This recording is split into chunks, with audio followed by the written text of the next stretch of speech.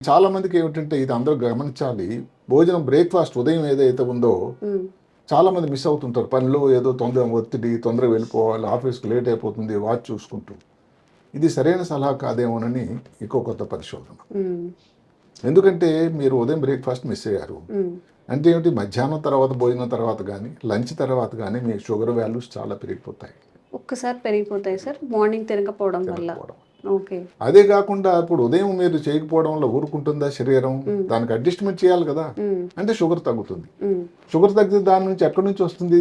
ఏవైతే షుగర్ తాలూకా నిల్వలు ఉన్నాయో ఈ శరీరంలో, హ్మ్. ఈ కండరాల్లోన ఉండే ఫ్యాట్స్ హ్మ్. డిపోజిషన్స్ అంటాం. అక్కడ నుంచి షుగర్ వచ్చేస్తుంది. ఓకే. అంటే మళ్ళీ షుగర్ పెరిగిపోయింది. హ్మ్.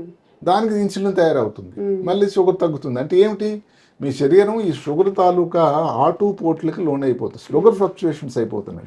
ఏదైతే మీరు బ్రేక్‌ఫాస్ట్ మిస్ అవ్వడం వల్ల. దాని వలన కూడా ఈ ఇన్సులిన్ తాలూకా తయారీకి, ఇన్సులిన్ తాలూకా పనితనానికి ఇబ్బంది అవుతుంది.